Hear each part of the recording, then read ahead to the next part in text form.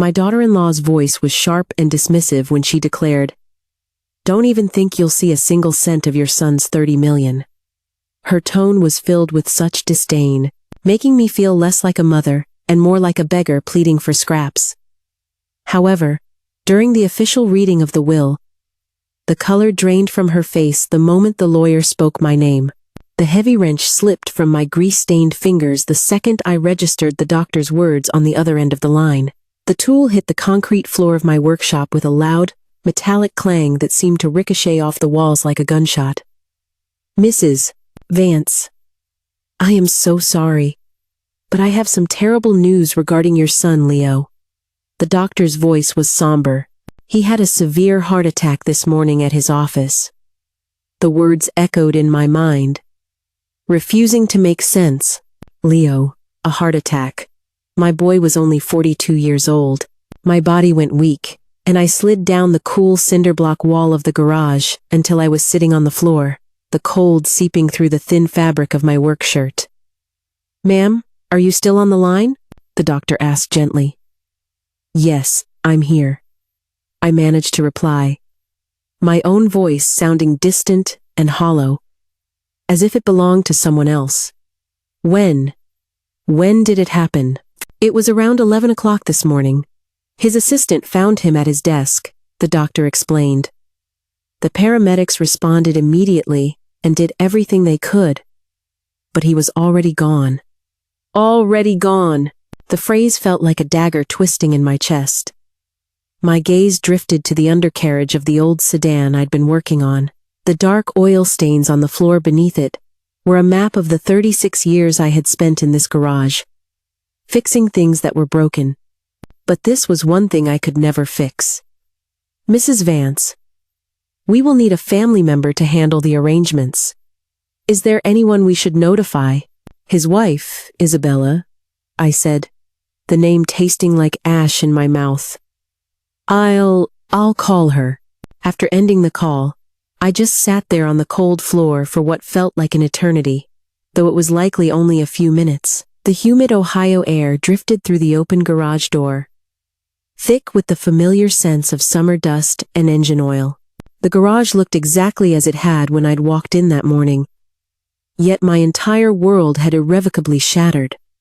With trembling legs, I pushed myself up and stumbled over to my workbench. There, beside a jar filled with assorted nuts and bolts, was a framed picture of an 8-year-old Leo, beaming with pride as he held up a small bass he had caught at Lake Erie. His gap-toothed smile was so bright it could have lit up the entire workshop. He had been so incredibly proud of that fish, which was barely larger than his own small hand. My phone felt like a lead weight as I dialed Isabella's number. It went straight to her voicemail. "You have reached Isabella Vance. I am unavailable at the moment, but if you leave a detailed message, I will get back to you at my earliest convenience." Even her recorded voice was chilly and businesslike, as if I were contacting a corporation instead of my own family. "Isabella, it's Eleanor," I said into the phone. "I just heard about Leo. Please, call me as soon as you get this. We need to discuss the arrangements." I tried calling again 20 minutes later, with the same result. An hour after that, I tried again. By my 6th attempt, my hands were shaking with a mixture of raw grief and rising anger. "Isabella, this is the 6th time I've called you," I said, my voice cracking with desperation.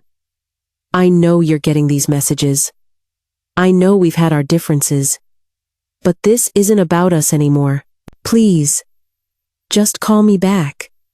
In a fit of frustration, I hurled the phone against the garage wall. It bounced and skidded across the floor, the back cover and battery flying in different directions. The silence that followed was immense, pressing in on my eardrums like the pressure of deep water. The photograph of Leo seemed to stare at me from the workbench. In that picture, he was still my little boy. It was before business school, before he moved to Chicago, before Isabella. It was before the chasm had opened up between us, growing wider each year like weeds overtaking an untended garden. I gathered the pieces of my phone and carefully snapped them back into place. The screen now had a spider web of cracks across it, but it still lit up. It was damaged but still functional. Much like everything else in my life, the decision took shape slowly, quietly, like rust forming on old metal. I couldn't just sit here in my garage in Ohio, waiting for Isabella to deem me worthy of a return call. Leo was my son, my only child. My late husband and I had waited so long for him, and we had been overcome with gratitude when he finally arrived. I pulled my old canvas duffel bag out of the hall closet and began to pack. I threw in a few changes of clothes, my toiletries, and the framed photo of Leo. My hands moved on autopilot, while my mind struggled to grasp the new reality of my life. There would be no more Sunday phone calls where Leo would excitedly tell me about his latest real estate venture, his voice carrying the same boyish enthusiasm he'd had when he caught that base. There would be no more Christmas cards with glossy photos of him and Isabella standing in front of their increasingly extravagant homes. The drive to Chicago would take at least 6 hours if I didn't stop. I had made the trip once before, for Leo's graduation from business school. That was years ago, back when Isabella still made an effort to be civil to me, back before she had decided I was an embarrassing relic from a life she wanted him to forget. I carefully wrapped the photo of Leo between 2 clean shirts. The glass had a small chip in the corner from a time I'd dropped the frame years ago. I'd always meant to replace it, but never got around to it. Now, I wished I had. Outside, the sun began to dip below the horizon, casting long, somber shadows across my workshop. Tomorrow, I would lock up my home and drive east, toward a son I would never speak to again and a daughter-in-law who wished I had never been part of his life. But for tonight, I just sat on my workbench and wept for the little boy who had been so proud of his tiny fish. The truck door slammed shut, the sound echoing in the pre-dawn, quiet, as the first streaks of sunrise painted the Ohio sky in shades of pink and orange. I had spent a sleepless night, packing and repacking my small bag, my hands needing something to do while my mind reeled. My neighbor, Mrs.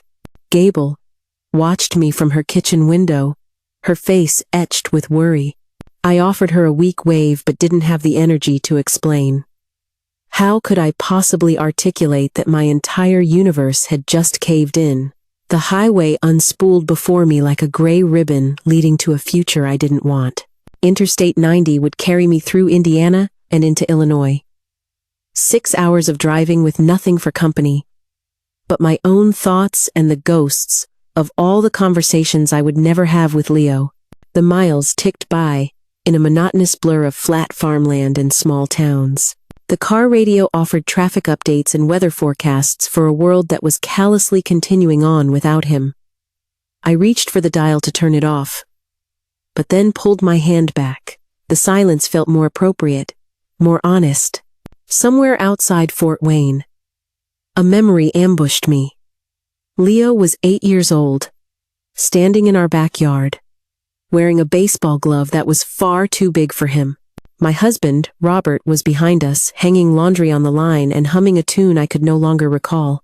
"Mom, when am I going to be as big as Dad?" Leo had asked, squinting up at the sky. "You'll get there, sweetie," Robert had called over.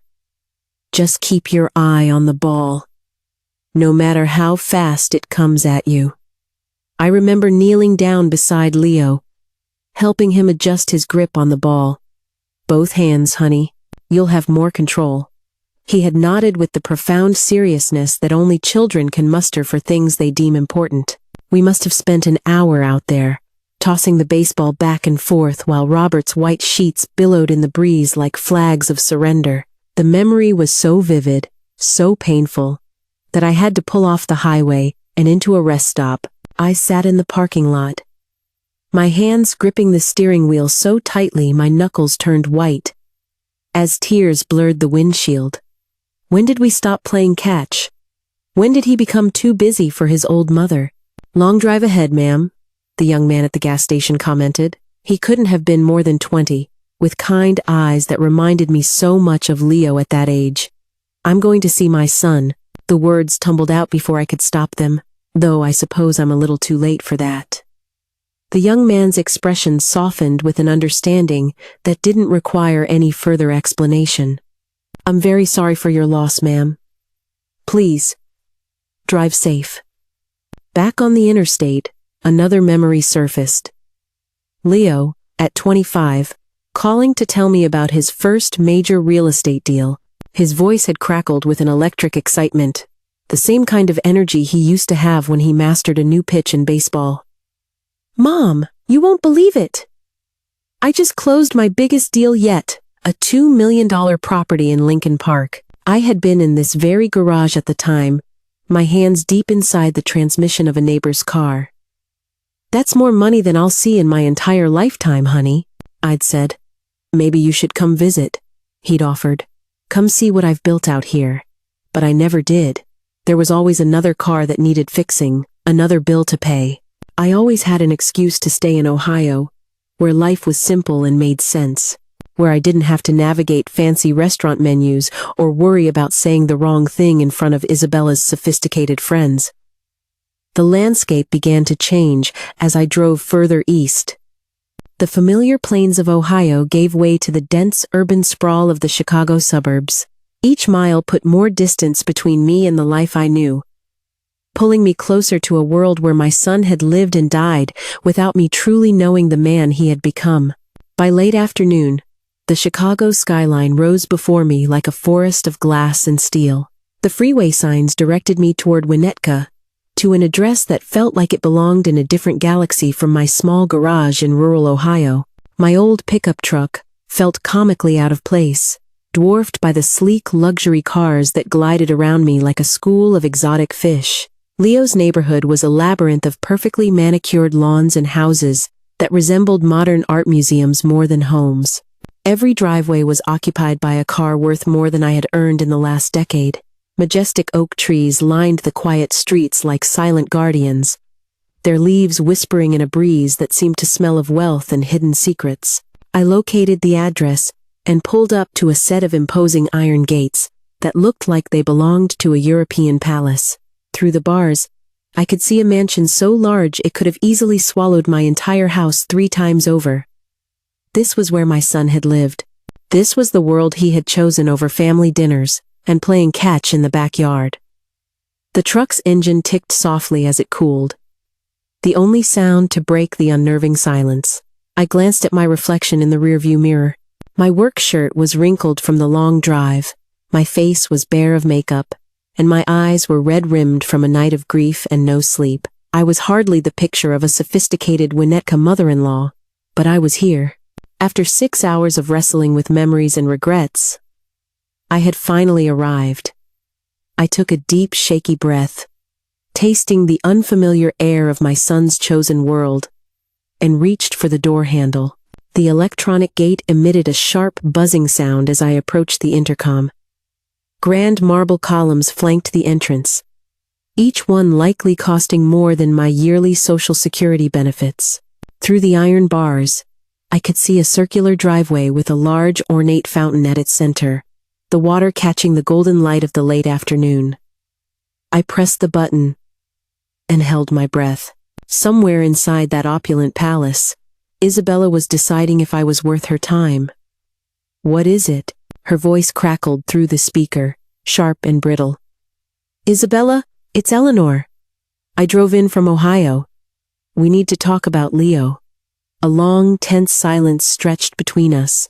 I could almost picture her standing in some lavish room, weighing the pros and cons of acknowledging my existence. "What are you doing here, Eleanor?" "I came for Leo," I said, my voice firmer than I expected. "We need to plan his funeral." "I have it all under control," she retorted. "You should just turn around and go back to Ohio." The gate remained firmly closed. Behind it, automatic landscape lights began to flicker on, transforming the mansion into something out of a fairy tale or a nightmare, depending on your point of view. "I know we haven't always seen eye to eye, but this isn't the time for that," I said, keeping my voice calm and even. the same way I would with a difficult customer who suspected I was overcharging them. He was my son, too. Another long pause followed. Then, with a quiet, mechanical whir, the gate began to swing inward.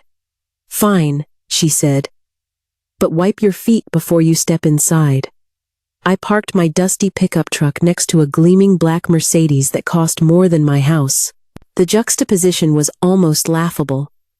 Like a stray dog at a pedigree show, I took off my worn baseball cap and smoothed down my graying hair, attempting to look somewhat presentable for whatever awaited me inside. Isabella met me at the colossal front door. I had to admit, for a woman who had just lost her husband, she looked impeccable. She wore a chic designer dress, her makeup was flawless, and not a single blonde hair was out of place. She looked me up and down with an expression of faint disgust, as if I were something unpleasant she had stepped in. "You look exhausted," she said. Her version of a greeting. It was a long drive. She turned on her heel and glided into the house without another word, her expensive shoes clicking sharply on the polished marble floors that stretched up toward a ceiling so high it could have housed a small aircraft. I followed her, trying my best not to stare at the glittering crystal chandeliers and the modern art that adorned the walls. The entire space was a sterile symphony of white, gold, and glass, designed to awe and intimidate. "Sit," she commanded, gesturing toward a living room that was larger than my entire first floor. The pristine white furniture looked as if it had never been sat on, arranged artfully around a massive coffee table that appeared to be carved from a single block of white marble. I carefully sat down on the edge of a sofa that was probably worth more than my truck, my scuffed work boots looking utterly absurd against the plush, cream-colored Persian rug. Isabella chose to remain standing, asserting her dominance. "I've already begun the arrangements," she announced, her tone making it clear that my presence was an unwelcome complication. "The funeral home, the service, everything is being taken care of." "What about the burial?" I asked. "Leo never discussed his final wishes with me." "He's being cremated," she stated flatly. "It's far more practical." She said it with the same detachment one might use to discuss recycling schedules. "There's really no need for you to be here, Eleanor. I appreciate the gesture of you driving all this way, but I can handle this on my own."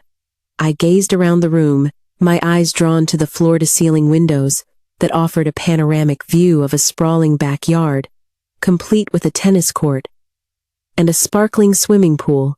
This was the empire my son had built, the life he had chosen. It was undeniably impressive. It was also as cold and impersonal as a high-end hotel lobby. "When is the service?" I asked. "Friday. It will be a very small, private affair. Just a few of our closest friends." The unspoken message was crystal clear. "You are not invited." But I had driven for 6 hours, and I wasn't going to be brushed aside like an unwanted salesperson. "Isabella, I'm not asking for much," I said, my voice quiet but firm. "I just want to say a proper goodbye to my son." For the first time since I arrived, a flicker of something not warmth, but perhaps a grudging acknowledgement that I was a person, not just an annoyance, crossed her face. "All right," she conceded. "Friday at 2 o'clock. Lakeside Memorial Chapel on Michigan Avenue." She finally sat down on the edge of a chair across from me, perched as if she might need to make a quick escape. "But let's be clear," she added. "This changes nothing between us." "I never expected it to," I replied. We sat in a heavy, expensive silence for a moment. Through the vast windows, I could see the city lights beginning to twinkle in the distance. Somewhere out there, people were going about their normal lives, worrying about everyday problems. I found myself envying them. "I should probably find a motel," I said, pushing myself to my feet. "I can come by tomorrow if there's anything else to discuss." Isabella escorted me to the door, maintaining a careful distance as if I might be carrying a contagious disease. As I was about to leave, she paused. "You know, Eleanor," she said, her voice taking on a proprietary tone. "Leo left behind a considerable estate. I'll be managing all of his business interests now. Of course, there's an awful lot to oversee." The way she said it sounded like a warning, a clear delineation of her territory, and a boundary I was not to cross. I simply nodded and walked back to my truck, feeling her eyes on me until the iron gates had closed behind me. Driving away from that magnificent house, I glanced in my rearview mirror and saw it lit up against the night sky, looking like a grand cruise ship sailing through the darkness. My son had lived in that house, walked on those marble floors, and gazed out of those enormous windows. He had built this life, this fortune, this picture-perfect world for himself, and somehow, in the midst of all that success, there had been no room for his old mother. The polished marble floor felt cold and unforgiving beneath my worn boots as Isabella led me deeper into the world Leo had created. Every footstep echoed in the vast gallery-like hallway, bouncing off walls adorned with art that I knew cost more than my house. She moved with the easy confidence of a queen surveying her domain, her heels clicking a rhythmic countdown to some unavoidable conflict. "This was Leo's office," she announced, pushing open a pair of heavy oak doors. "He spent most of his time in here near the end." The room was breathtaking. Floor-to-ceiling windows provided a stunning panorama of the city lights, and every surface gleamed with a level of success I had never seen up close. Shelves were lined with business accolades and awards. Framed photographs showed Leo shaking hands with influential people in expensive suits. A massive, modern desk stood in the center of the room like an altar, dedicated to ambition and achievement. Isabella picked up a crystal frame from the desk. It held a picture of her and Leo at some glamorous charity event, both dressed in formal attire that probably cost more than my truck. "He adored these functions," she said with a nostalgic air. "We were quite the power couple." I studied the photograph. Leo looked different from the last time I'd seen him in person. He was thinner, and there was a weariness in his eyes, even though he was smiling for the camera. "He never mentioned these parties to me." Isabella let out a small, condescending sigh. "Leo didn't really discuss his social life with—" She let the sentence trail off, leaving the insult hanging in the air. "Well, he was an incredibly busy man." She moved behind his desk and began pulling out planners and stacks of paper. "We need to finalize these arrangements. The funeral home is waiting for our decisions." "What about the burial?" I asked again, my voice soft. "My husband, Robert, is buried at Oak Ridge Cemetery back home. Leo used to go with me to visit his father's grave when he was a boy." Isabella's laugh was as sharp and unpleasant as breaking glass. "Leo always insisted on cremation, not burial. He told me so himself, many times." "No," the word escaped me, harder and more forceful than I intended. "He told me, years ago, that he wanted to be buried next to his father." Her smile was glacial. "You really have no idea what he wanted these last few years, do you, Eleanor?" A hot surge of anger rose in my chest. "Maybe not, but I knew him for 42 years. You knew him for 2. Her smile widened, but it didn't reach her eyes. 2 years as his wife, she corrected me. "That means a great deal more than decades as a distant mother." Her words struck me like physical blows. I gripped the smooth, cool edge of Leo's desk, my calloused fingers a stark contrast to the polished wood. Every plaque, every award, every symbol of his success seemed to be judging me, finding me inadequate. "Look at this," Isabella said, holding up Leo's smartphone and scrolling through his contacts. Business partners, investors, friends from the country club. Hundreds of names of people who were important to him. She then began to move through the list with a chilling detachment, deleting names she considered unworthy of an invitation. "This person hasn't spoken to Leo in months," she muttered. "This one was just a golf buddy." Her finger swiped across the screen, dismissing people from my son's life. We'll keep the service small and elegant. I watched as she methodically pruned my son's relationships, reducing them to a curated list that fit her desired image. Each deleted name felt like another piece of Leo being erased. Another connection to his past, severed by her cold, calculated judgment. What about his friends from college, the boys he grew up with back in Ohio? Those people hardly fit the image we wish to project, she said dismissively. Image. Not memory. Not love. Not a final showing of respect for the man he was. Image. While I sat in a leather chair that likely cost more than my monthly mortgage payment, Isabella made calls to the funeral director. Her conversations were brisk and efficient, focused entirely on logistics and optics rather than on grief. She discussed floral arrangements as if she were ordering groceries, and selected the music as if she were choosing new drapes. The viewing will be Thursday evening, and the service will be Friday afternoon, she announced after hanging up. Everything is set. Is there anything I can contribute? I asked, feeling helpless. Help with the expenses? Another one of her icy laughs filled the room. Eleanor, this funeral will cost more than you earn in 5 years. Don't trouble yourself with money. I will be handling all of Leo's financial matters from now on. The way she said it sent a shiver down my spine. It was as if she was already spending the money, though it hadn't yet legally become hers. We managed to settle the remaining details through a fog of strained civility and gritted teeth. It would be cremation instead of burial, extravagant floral displays instead of simple, heartfelt arrangements, and a guest list that had been scrubbed clean of anyone who might remember the boy Leo had been before he met her. As we finished, Isabella walked me to the front door, wearing the smug expression of someone who had won a decisive victory. I will handle all the financial discussions with the lawyers once we've gotten through this. Sad business, she said. There's a great deal to manage, but don't you worry.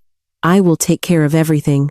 Standing on the threshold, I took one last look back at the magnificent house that had been my son's home. I searched for some trace of the boy who had been so proud of that little fish. The boy who had loved playing catch in the backyard. The boy who had called me Mom. But all I could see was Isabella's reflection, multiplied over and over in the polished surfaces of her perfect home. A hall of mirrors all showing the same cold, triumphant smile. The heavy door closed behind me with the definitive sound of a bank vault sealing shut. The neon sign of the North Star Motel blinked erratically. A tired, flickering heartbeat in the night as I pulled my truck into a space in the cracked parking lot. The building looked as if it had been forgotten by time, with paint peeling from the concrete walls and weeds pushing their way through the asphalt. It was a world away from the marble palace I had just left, but the rate was manageable on my limited income, and no one here was going to judge me for the dust on my boots. Room 12 smelled of stale cigarette smoke and harsh cleaning chemicals. The bedspread had a faded floral pattern that looked like it hadn't been updated since the 1980s, and the air conditioner rattled and wheezed like an old man trying to climb a flight of stairs. I sat down heavily on the edge of the lumpy mattress, the springs groaning in protest. From my wallet, I carefully removed 2 worn photographs. The first was of my late husband, Robert, on our wedding day, a handsome young man with a full head of hair and a hopeful look in his eyes, standing beside me. The second photo was from Leo's wedding 2 years ago. He was smiling, but he looked nervous, while Isabella posed beside him, like a seasoned model on a magazine cover. That wedding. I should have seen then exactly what kind of woman she was. The memory rose to the surface, dark and unavoidable like an oil slick on water. It had been a perfect spring afternoon in a lavish Chicago garden, with rows of pristine white chairs arranged on the perfectly manicured lawn. I had worn my only suit, the same dark blue one I had worn to Robert's funeral, and I had felt the cheapness of its fabric in every thread amidst Leo's wealthy and sophisticated new friends. "Are you sure about this, Leo?" I had asked him during a rare quiet moment. He was nervously adjusting his body, a palpable anxiety radiating from him. "Mom, I'm happy," he had insisted. "For the first time since Dad passed, I feel alive again. She makes me feel young." Across the lawn, Isabella was posing for pictures with her tall, glamorous friends. All of them, a vision of calculated beauty. One of them whispered something in her ear, and they both glanced in my direction. "Look at his mother," the friend had said. Her voice just loud enough for me to hear. "Leo must be so embarrassed." Isabella had laughed, a sound like delicate wind chimes being tossed about in a hurricane. "What can you do?" she'd replied. "They come from entirely different worlds." I had seen the way she looked at my simple suit, my work-roughened hands, the clumsy way I held the delicate champagne flute. To her, I was a relic from a past she was determined to erase, an artifact that couldn't be discarded, but could certainly be hidden away in a dusty corner. The shrill ring of the motel phone jolted me from the painful memory. No one had this number except... I glanced at the clock. It was past midnight. "Eleanor? It's Frank. What's going on? It's after midnight here." Frank's familiar, comforting voice was a lifeline in the darkness. "Leo's gone, Frank," I choked out. "A heart attack. And his wife? She's nothing like Robert was." "Oh, Ellie, I'm so sorry," he said gently. "How are you holding up?" I stared up at the water stains on the ceiling, trying to find the words to describe an emptiness I couldn't comprehend myself. "She treats me like I'm something she scraped off the bottom of her designer shoe, Frank. She's making me feel like an intruder at my own son's funeral. That woman has no class, no matter how much money she's married into," Frank said gruffly. "The worst part," I continued, "is that I think Leo knew. For the past couple of years, he sounded different on the phone, distant, almost like he was apologizing for something he couldn't bring himself to say." Frank's steady breathing on the other end of the line was a comfort. He knew when to let silence do the work that words couldn't. "Do you need me to come out there?" he finally asked. "No," I said. "This is something I have to do on my own." "But Frank, what if I failed him? What if I let that woman turn him against everything Robert and I tried to teach him?" "Eleanor Vance, you listen to me right now," Frank said, his voice firm. "You raised a wonderful boy who grew up to be a very successful man. Don't you dare let some money-hungry woman make you question 42 years of being a good mother." After we hung up, I lay in the darkness, listening to the distant hum of traffic on the highway, the endless pulse of a city that never slept. In a few hours, I would have to get up, put on a brave face, and endure Leo's funeral, pretending that Isabella and I were family instead of two strangers bound together by grief and genetics. The faint glow of a streetlight coming through the window caught the photo of my Robert. If he were here, he would know just what to say to Isabella. He would handle this whole terrible situation with a quiet strength and grace that I lacked. But Robert was gone, and Leo was gone, and I was all alone in a cheap motel room, trying to figure out how to bury my only child with some dignity while his widow treated me like an inconvenience. Tomorrow would bring a new set of challenges. Tonight, all I could do was hold on to the memory of the man I loved, and hope it would give me the strength to face whatever Isabella had in store for me next. The bedside clock glowed 12:47 a.m. As I finally drifted into a troubled sleep, the morning sun cast long, somber shadows across the parking lot of the Lakeside Memorial Chapel as I adjusted the collar of my simple black dress in the truck's rearview mirror. Thursday had passed in a hazy blur of finding a presentable outfit at a local thrift store and ignoring Isabella's curt, demanding phone calls about last-minute changes to the service. Now, Friday had arrived, bringing with it a heavy sense of finality that I wasn't prepared to face. Inside the funeral home, the air was thick with the cloying scent of lilies and the hushed murmurs of conversations. Isabella was holding court near the entrance, a tragic but beautiful figure surrounded by women in expensive black dresses and men in tailored suits. She had managed to turn her grief into a social event, complete with air kisses and carefully timed, meaningful glances. I signed the guest book and quietly found a seat in one of the back rows. From that vantage point, I could observe the performance without having to be a part of it. "It's such a tragedy," one woman cooed to Isabella. "He was so young." Isabella delicately dabbed at her eyes with a silk handkerchief, her makeup so expertly applied that it suggested tears without the messiness of them actually falling. "Leo worked so hard," she sighed. "His heart just couldn't keep up with his ambition." A man in a slick Italian suit approached her, offering his condolences. "Isabella, if there's anything at all I can do to help you manage Leo's portfolio, his properties—" "You're so kind, Robert," she replied. "But I will be handling everything myself." Of course. Everything myself. As if my son's life was just another asset she had inherited, along with his death. I watched her expertly work the room, gracefully accepting sympathies as if they were tributes. Each interaction was a masterful blend of feigned sorrow and strategic networking. It was painfully obvious that most of these people had known Leo only as a name on a contract or a guest at a charity gala. Then, I heard her voice drop to a conspiratorial whisper she must have thought was private. "See that old woman over there?" she murmured to a blonde woman who was hanging on her every word. "That's his mother." Leo was so ashamed of her. The woman, whose name I thought was Lisa, glanced in my direction, her expression a mixture of pity and morbid curiosity. "Oh, Isabella, surely she's grieving too," Lisa said. "She barely ever visited." Isabella scoffed. "And now she shows up, trying to play the part of the loving mother." Her laugh was like soft venom. "Leo told me his mother never understood his success. She always made him feel guilty for wanting a better life." The words struck me like a series of sharp slaps.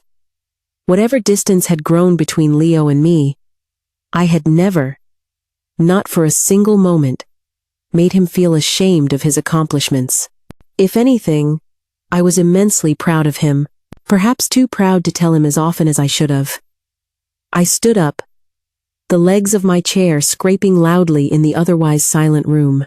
Isabella's conversation halted as I walked toward their small circle of designer-clad grief.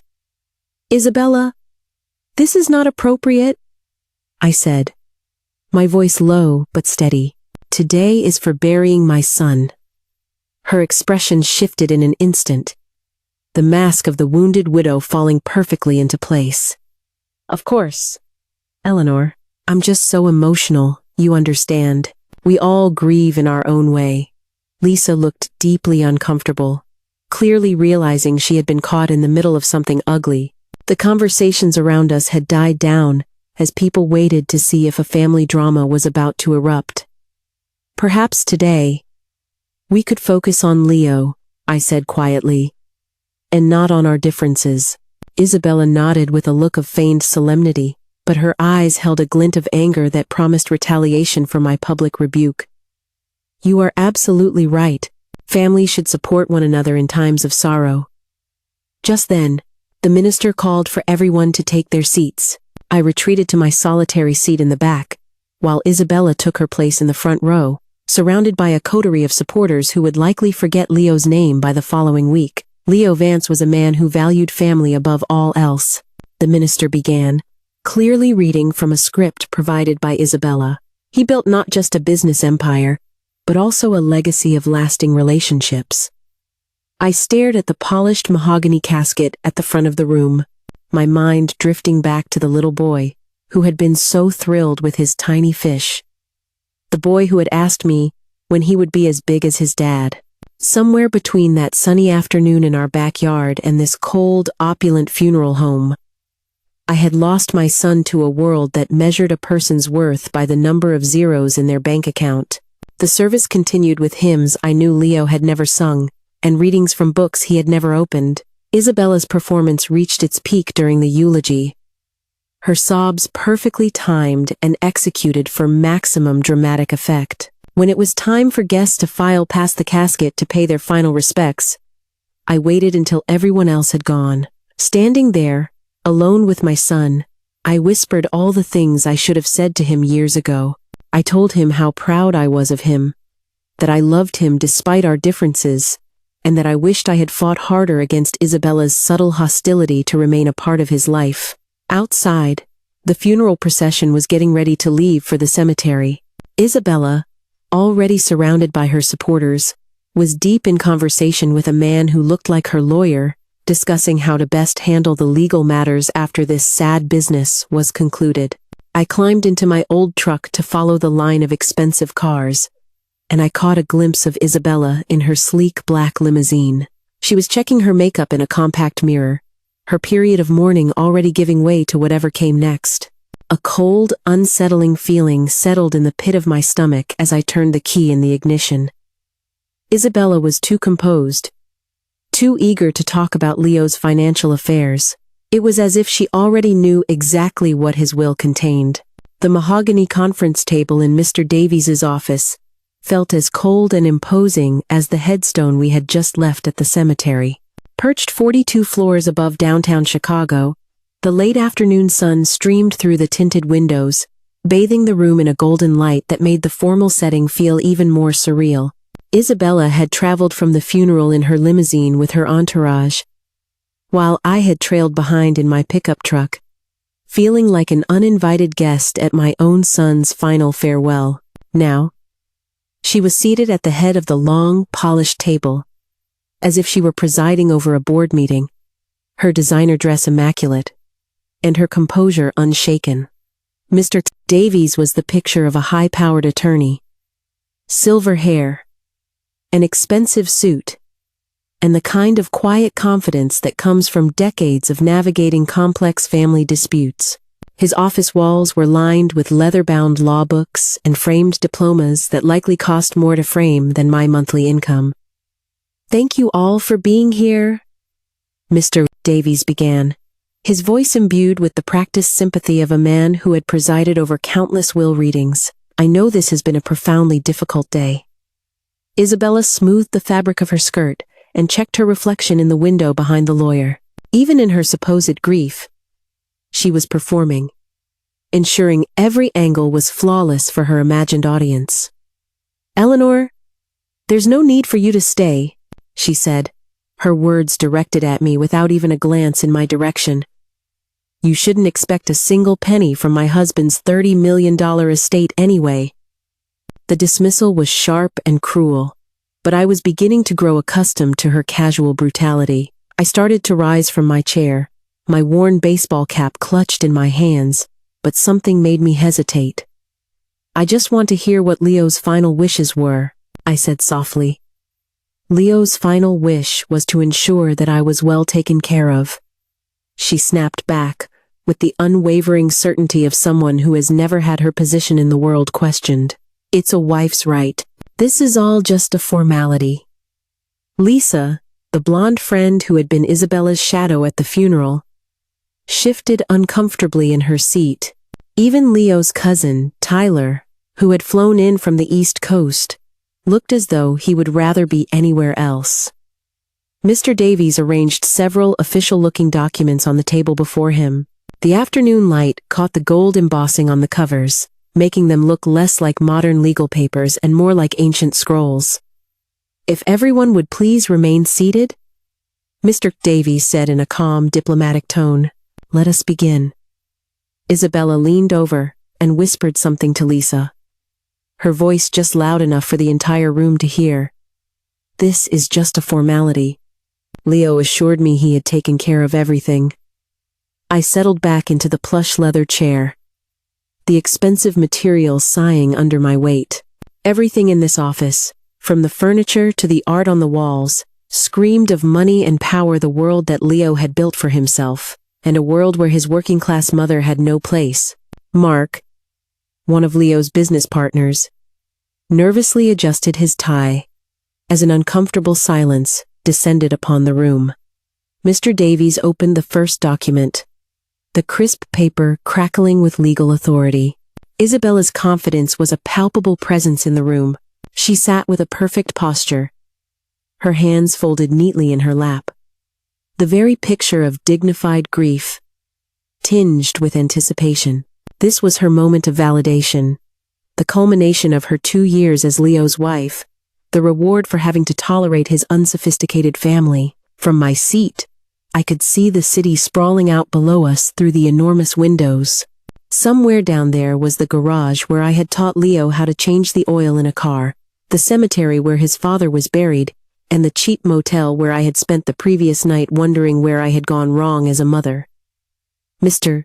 Davies cleared his throat, adjusting his glasses as he prepared to read. The last will and testament of Leo Robert Vance, dated January 15th, 2025. Isabella leaned forward slightly, her eyes bright with expectation. I leaned back in my chair, resigning myself to hearing the official confirmation of how completely I had been written out of my son's life. Mr. Davies' voice was steady and professional as he read through the formal legal jargon that always precedes life-altering news. The light in the room had shifted, casting sharp shadows across the faces of everyone present. After careful consideration of my assets and my relationships, Mr. Davies continued, his tone giving no hint of the seismic shock that was about to occur. I make the following bequests. Isabella's fingers tapped a silent, impatient rhythm on the leather armrest of her chair, her large diamond wedding ring catching the light.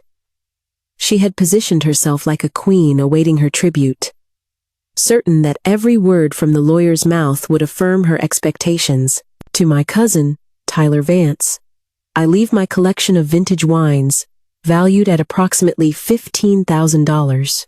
Mr. Davies paused as Tyler nodded in grateful acknowledgement. To my business partner, Mark Stevens, I leave my shares in the Riverside Development Project, valued at approximately $100,000. These were standard, minor bequests. Isabella's smile widened with each small gift that was bestowed upon someone else. She saw it as confirmation that the true inheritance, the millions, would be hers and hers alone. Mr. Davies turned to the next page, and I noticed a nearly imperceptible shift in his posture. His voice remained even, but I saw him cast a quick, fleeting glance at Isabella. A look that might have been mistaken for pity.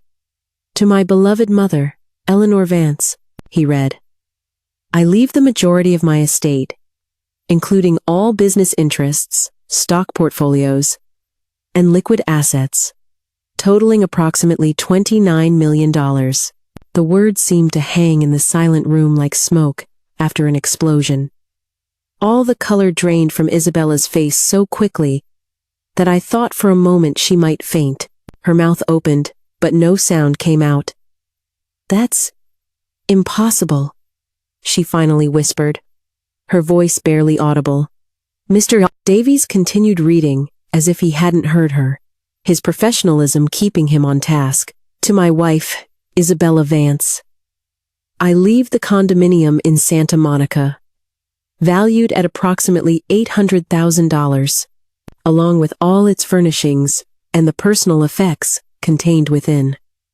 Isabella's hand flew to her chest, and her breathing became shallow and rapid. The confident, dismissive woman who had belittled me just minutes before now looked as though she had been physically struck. Leo, why would you do this? I heard myself murmur, the words feeling disconnected from my own shocked thoughts. $29 million. The number was so vast, so astronomical, that it didn't feel real. This can't be correct, Isabella said, her voice cracking as she leaned forward, her knuckles white as she gripped the edge of the table. Check the documents again. The others in the room exchanged stunned glances. Tyler's jaw had dropped, and Mark was staring into space, likely doing some quick mental calculations. Lisa was staring at Isabella, with a look of genuine concern for her friend's sanity. Mr. Davies maintained his professional composure. though I could see the tension in his shoulders. "The will was properly executed and witnessed, Mrs. Vance," he stated calmly. "These are your husband's legal and final wishes." Isabella began to tremble, her carefully constructed facade of a grieving widow shattering like thin ice. She was being confronted with the stark reality that her husband had chosen his estranged, working-class mother over her. My own hands were shaking as the full weight of the situation began to sink in. $29 million. It was more money than I could ever comprehend, let alone manage. Why had Leo done this? We had drifted so far apart over the years, our conversations reduced to stilted, obligatory holiday phone calls. "There has to be a mistake," Isabella repeated, but her voice lacked its earlier conviction. The official, stamped, and ribbon-bound documents spread across Mr. Davies' desk were irrefutable. Mr. Davies folded his hands on the table, allowing a moment for the shock to subside before proceeding. The silence in the room was thick and uncomfortable, as everyone tried to process what they had just heard. Isabella stared at the legal documents as if they were written in a language she couldn't understand, her mind struggling to accept the demolition of her expected future. The unshakable confidence that had carried her through the past few days had completely vanished. I looked down at my own calloused, grease-stained hands resting on the expensive, polished wood of the conference table, trying to make sense of what my son had been thinking. 42 floors below, the sound of city traffic hummed on, a reminder of a normal world that continued to turn while ours had just been violently upended. The fragile silence in the room shattered like a crystal vase as Isabella, finally finding her voice, shot up from her chair, her face a mask of incandescent fury. "This is fraud," she shrieked, her voice echoing off the soundproofed walls and making everyone in the room flinch. "That old woman manipulated Leo while he was sick." I remained seated, my mind reeling as I tried to process both the staggering inheritance and Isabella's explosive reaction. "Isabella, I had no idea this was in the will," I said quietly. "Lear," she spat, pointing a trembling accusatory finger at me. "You always resented me. You spent years poisoning Leo's mind against me." Mr. Davies stood up, his professional calm finally beginning to fray at the edges. "Mrs. Vance, this will was prepared in full accordance with all legal statutes. There is no evidence of coercion or manipulation."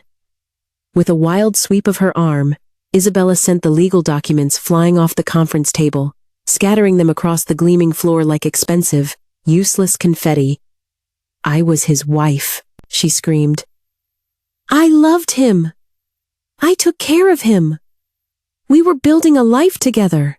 Tyler and Mark instinctively pushed their chairs back from the table, clearly desperate to escape the familial war that had just erupted.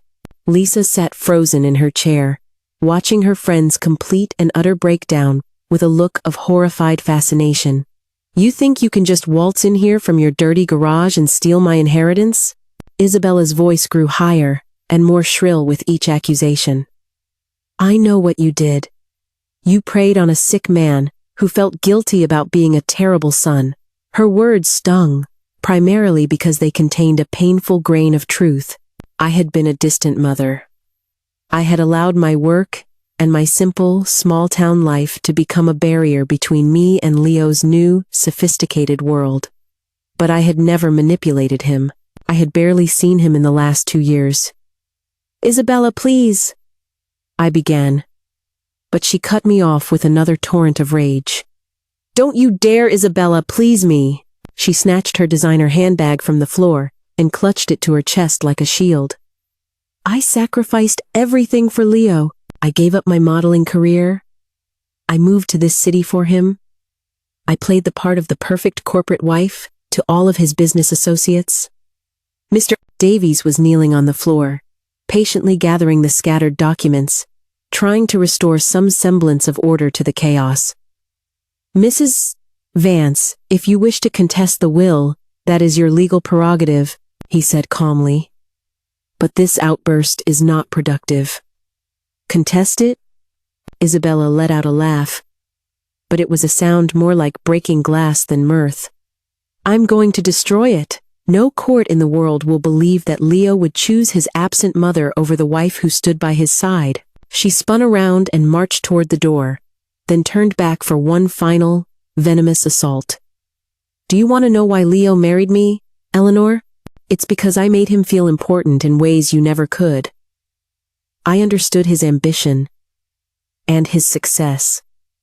I didn't just know how to fix broken down cars. The blow landed exactly where she had intended it. In that moment, I felt the full weight of every year of distance between Leo and me, every missed birthday, every phone call that had ended awkwardly because we had simply run out of things to say. I am not letting this stand, Isabella declared, her voice filled with the unshakable conviction of someone who had never lost a battle in her life. You will see me in court. She stormed out of the room, her heels clicking against the marble floor like a volley of gunshots.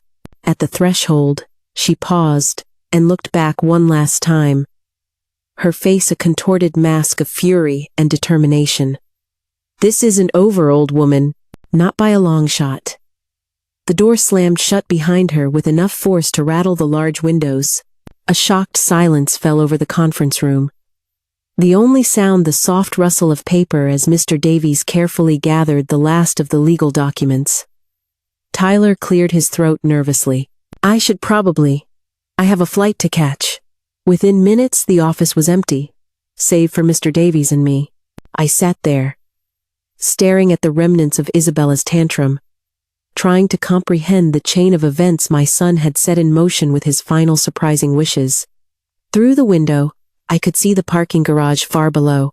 I knew Isabella was likely already on the phone, mobilizing her forces to overturn Leo's decision.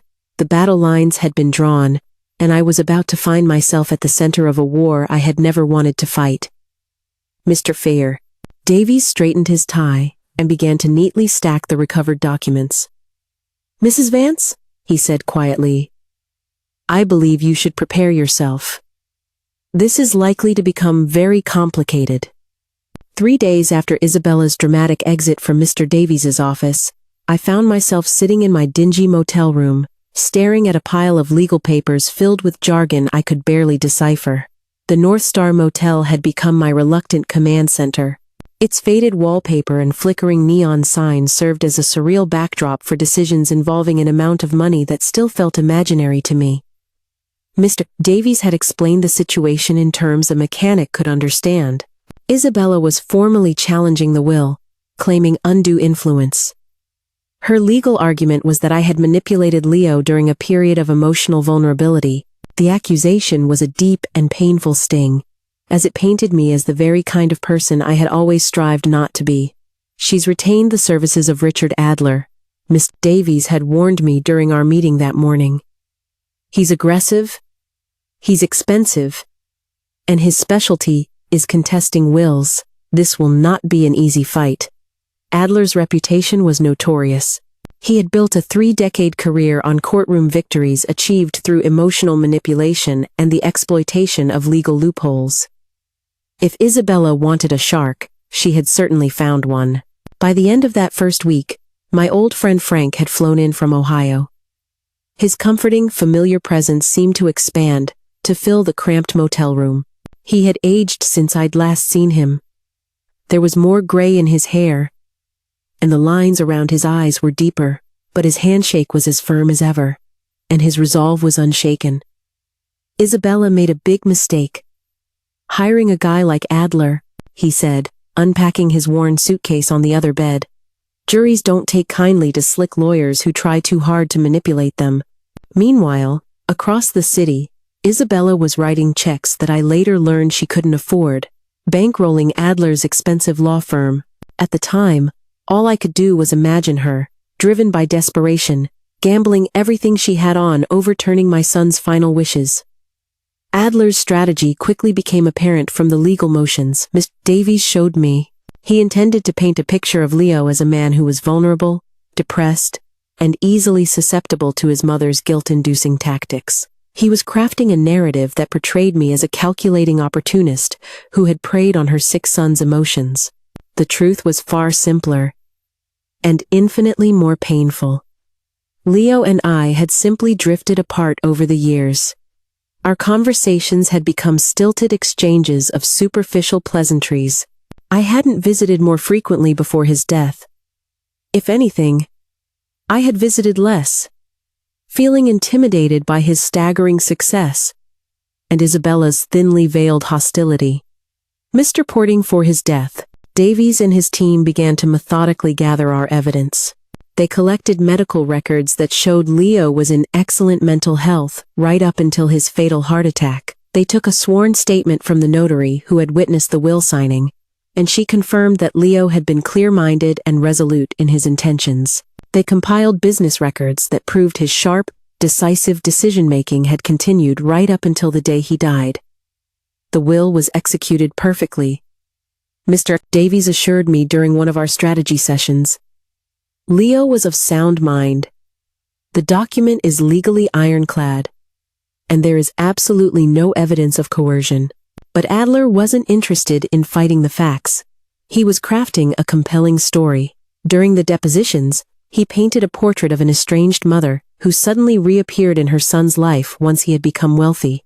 He skillfully twisted normal, albeit strained, family dynamics into a sinister plot of manipulation.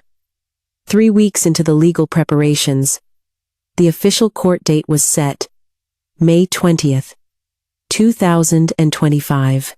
The formal notice felt unnervingly heavy in my hands.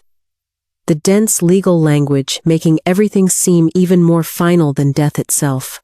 Frank found me that evening sitting on the edge of the motel bed, just staring at the court summons. "Justice will prevail tomorrow, Ellie," he said quietly. "Leo made his choice for his own reasons. Reasons we might never fully understand. But it was his choice to make." I nodded. But a gnawing uncertainty was eating away at me. Had I, in some way, influenced Leo without even realizing it? Had my simple, working-class values and my barely concealed disapproval of his lavish lifestyle somehow pushed him to make this grand, dramatic gesture? "Maybe Isabella is right," I said, my voice barely a whisper. "Maybe I don't deserve any of this." Frank's response was immediate and firm. "That boy saw something in you that he trusted with $29 million. Don't you dishonor his memory by questioning his judgment." Outside, the city of Chicago hummed with its relentless energy. Millions of people were out there, chasing their dreams, while I was preparing to defend an inheritance I had never wanted. Tomorrow, a judge would decide whether my son's final wishes would be honored or if they would crumble under the weight of Isabella's legal assault. The marble steps of the Cook County Courthouse felt colder than the cemetery ground where we had buried Leo just a month earlier. Frank walked beside me, his presence a steadying force. Across the plaza, Isabella emerged from a black town car, accompanied by her lawyer, Adler. They were both dressed for victory. Courtroom 312 had the distinct smell of old wood polish and decades of contentious legal battles. Judge Miller, a woman in her 60s with sharp, intelligent eyes and steel-gray hair, presided over the room with a quiet, commanding authority. Mr. Davies had told me she had thoroughly reviewed the case files and was not known to tolerate theatrics. Adler wasted no time in his opening statement. "Your Honor, this case is about a vulnerable man who was manipulated by his elderly mother during a time of profound depression and illness. Eleanor Vance preyed upon her son Leo's guilt over their strained relationship to secure for herself a massive inheritance that she neither earned nor deserved." His voice had the practiced cadence of a charismatic preacher, each word carefully chosen for maximum emotional impact. Beside him, Isabella sat dabbing her eyes with a tissue, the perfect portrait of a grieving widow being unjustly denied her rightful inheritance. "Mr. Prossett," Davies's response was measured and fact-based. "Your Honor, Leo Vance was mentally competent and of sound mind when he executed his will, 3 months before his untimely death. He made a deliberate and conscious choice to provide for his mother. There is no evidence of undue influence beyond Miss Vance's profound disappointment with the size of her own inheritance. Isabella was the first to take the stand, her performance polished to perfection after weeks of coaching from Adler. She spoke of Leo's supposed depression, his guilt over his relationship with his mother, and his fragile emotional state in the months leading up to his death. He became obsessed with trying to make amends, she testified, her voice breaking at strategically planned moments. Eleanor would call, and Leo would be distraught for days afterward. He felt as though he had failed her as a son. Under Adler's skillful guidance, she wove a narrative that transformed normal family tensions into a campaign of psychological manipulation. Every phone call became an act of coercion. Every expression of motherly love was twisted into emotional blackmail. When it was my turn to take the stand, I felt the weight of every eye in the courtroom on me, measuring me against the damning accusations Isabella had made. My hands trembled as I was sworn in. "Mrs. Vance," Mr. Davies began gently, "how often did you visit your son in the 2 years prior to his death?" "Maybe 3 times in total," I admitted honestly. "We talked on the phone for holidays and birthdays, but I didn't visit often. Isabella made it quite clear that I wasn't welcome in their home." "Did you ever, at any point, ask your son for money?" "Never," I said. "I didn't even know he was as wealthy as he was." Adler's cross-examination was brutal. He was aggressive and condescending, his questions designed to rattle me and trick me into saying something that would support Isabella's story. But 68 years of a simple, honest life had taught me the value of telling the plain truth. "Isn't it true, Mrs. Vance, that you resented your son's success?" he demanded. "I was incredibly proud of what Leo accomplished," I replied. "I may not have understood his world, but I never for a moment resented his success." "And you disapproved of his marriage to Isabella? Did you not?" he pressed. I paused for a moment, my eyes meeting Isabella's across the courtroom. "I thought she married him for his money," I said simply. Turns out I was right. A low murmur went through the gallery at my blunt assessment. Adler tried to spin my comment as evidence of a vindictive and bitter nature, but Judge Miller appeared unmoved by his theatrics. Next, the notary who had witnessed the signing of the will testified. She described Leo as a man who seemed weary but was clear-headed and determined. "He knew exactly what he was doing," she stated unequivocally. "He read every single page of the document and asked very specific questions about some of the legal language. His instructions were crystal clear." Medical testimony from Leo's doctor confirmed his mental competence, and business records demonstrated his sharp decision-making abilities right up until his death. Our phone records also disproved Isabella's claims about my frequent manipulative calls. By the afternoon, Adler's case was visibly crumbling under the weight of indisputable facts.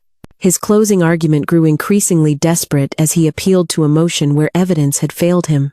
"Don't let a grieving widow be cheated out of her rightful inheritance by a woman who abandoned her son for decades, only to swoop in like a vulture when there was money to be had." Mr. Davies's closing statement was simple and direct. Leo Vance made a choice. The evidence overwhelmingly shows that he was competent to make that choice. This court should honor his final wishes, not overturn them based on speculation and disappointment. Judge Williams announced a recess with the solemn gravity of someone who was about to irrevocably change lives. Given the complexity of this case, the court will review all the evidence and testimony overnight. I will render my decision tomorrow morning at 10 o'clock. As we were filing out of the courtroom, Isabella grabbed my arm in the hallway. "This isn't over, old woman," she hissed, her voice low and menacing. "Even if you win, you'll never be worthy of what Leo built." Her bitter words echoed in my mind as Frank and I sat in my truck in the parking garage, neither of us able to find the words to speak. Tomorrow morning, one way or another, everything was going to change. Sleep had been an impossibility. I found myself in the motel parking lot at dawn, watching the sun rise and paint the Chicago skyline in hues of gold and pink. I wondered if this would be my last morning as a woman of simple means, or my first as someone who had, in the eyes of some, stolen what wasn't rightfully hers. Harlan came out of the room with 2 cups of steaming coffee, his face etched with the same sleepless exhaustion I felt. "Whatever the judge decides today," he said, settling onto the truck's tailgate next to me, "you've handled yourself with honor." The drive back to the courthouse was a silent one, thick with a heavy sense of anticipation. Isabella and Adler were already there, huddled together in an intense conversation on the courthouse steps. She looked older this morning, the strain of the past month evident in the fine lines around her eyes that even her expensive makeup couldn't conceal. Courtroom 312 felt different today, charged with the electric tension of impending judgment. Judge Miller entered with the measured, deliberate pace of someone carrying a heavy responsibility, her decision already made in the quiet of her chambers. After a careful and thorough review of all the evidence and testimony presented in this case, she began, her clear voice carrying to every corner of the silent room. "This court finds the will of Leo Robert Vance to be legally valid and to have been executed with full mental competency." I heard Isabella's sharp intake of breath, a sound that cut through the formal atmosphere like breaking glass. Adler's face remained a professional, neutral mask, but I could see the wheels turning behind his eyes as he calculated the odds of a successful appeal. "The testator's intent to leave the majority of his estate to his mother is clear and unambiguous," Judge Miller continued, "and no credible evidence of undue influence has been presented to this court. The disappointed expectations of a potential heir do not constitute legal grounds for overturning a properly executed will." Her gavel came down with a resounding crack, a sound of finality that seemed to echo in the room for a long moment. "The will stands as written. Case dismissed." In the hallway afterward, Isabella cornered me one last time, her carefully maintained composure finally cracking completely. "This isn't justice. It's a travesty. I will appeal, Isabella," I said calmly, surprising myself with the steadiness of my own voice. "Leo made his choice. Maybe it's time for you to accept it and move on with your life. He never would have chosen you over me if you hadn't poisoned his mind against his own wife," she shrieked, her voice shrill with the raw agony of defeat. "Maybe he saw something that I'm only just now beginning to understand myself," I replied, the words coming from a place of newfound clarity. She stormed away, Adler trailing in her wake with the resigned air of a lawyer who was already mentally composing his final bill. Their war against me was over, but I suspected that for Isabella, the battle would never truly end. At O'Hare Airport, standing at Frank's departure gate, felt like the end of a long, arduous chapter. We had been through an ordeal that had tested the very foundations of our 40-year friendship, and we had come through it stronger than ever. "Justice won today, Ellie," he said, gripping my shoulder with his weathered hand. "Leo would be proud of how you handled yourself." "I still don't understand why he did it, Frank," I admitted, the question that had been haunting me for weeks finally spilling out. $29 million to a mother who barely visited, who barely called. Frank's smile was filled with the kind of wisdom that comes from a lifetime of observing human nature. "Maybe that boy saw what I've always seen in you, Ellie. A person worth trusting with anything, including the immense responsibility that comes with that kind of wealth." The long drive home to Ohio stretched before me, a 12-hour journey to process how profoundly my life had just been altered. Somewhere around the Indiana border, a quiet understanding began to dawn on me, like the first light of sunrise after a long and starless night. Leo hadn't left me his fortune because I had manipulated him. He had left it to me precisely because I hadn't. In a world filled with people like Isabella, who had only ever seen him as a bank account with a heartbeat, I had remained the one person who loved him for the boy he had once been, not for the fortune he had amassed. The inheritance wasn't just about the money. It was a final act of love, a validation of our bond. It was his way of protecting me in my old age. And it was his proof that despite the years of distance, The fundamental love between a mother and her son had survived everything that Isabella's world had thrown at it. 3 days later, back in the familiar comfort of my own garage, I found myself staring at that same old photograph of 8-year-old Leo, proudly holding up his prize base. But this time, I saw something in his gap-toothed grin that I had missed before. I saw not just a happy little boy, but the foundation of a man who, despite all his success and sophistication, had never forgotten what it felt like to be loved unconditionally. "Thank you, honey," I whispered to the photo, my voice thick with an understanding that had come almost too late. "I finally understand what you were trying to tell me."